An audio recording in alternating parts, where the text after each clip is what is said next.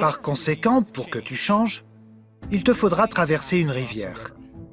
Le plus difficile dans le changement, c'est de ne pas faire le même choix que celui que tu as fait la veille. On a ici l'ancien moi, et là, le nouveau moi. Quand tu décides de faire un choix différent ou de procéder différemment, tu mets un pied dans la rivière du changement. Tiens-toi prêt, car ce sera pénible.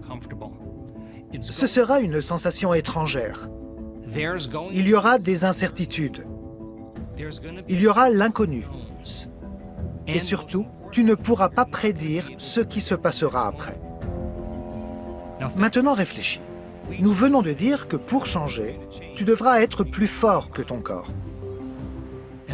Sachant que le cycle redondant des pensées et des émotions conditionne ton corps au passé, ton corps a été entraîné à s'accrocher à ce qu'il connaît.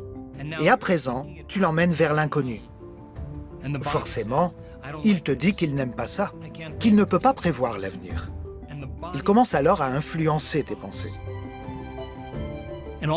Et soudain, tu commences à subvocaliser, à entendre des voix dans ta tête qui te disent que tu devrais commencer demain, que tu ne changeras jamais, que tu ressembles trop à ta mère, que c'est la faute de ton ex, celle de ton patron, que ça ne rime à rien.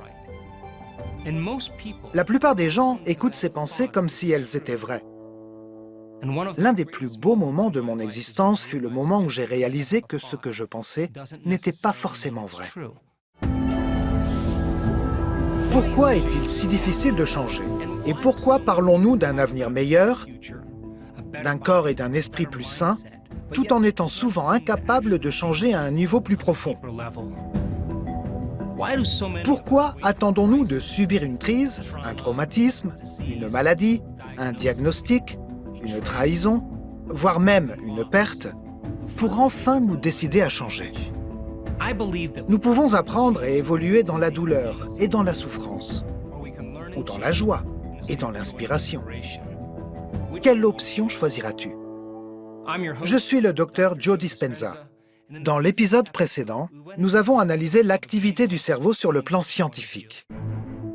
Maintenant, je vais te montrer comment le cerveau et le corps réagissent au changement et à quoi ressemble ce modèle biologique. Cet épisode t'aidera essentiellement à comprendre ce que signifie devenir surnaturel pour que, derrière ton écran, tu puisses dépasser tes blessures d'hier pour embrasser la joie d'un nouveau futur.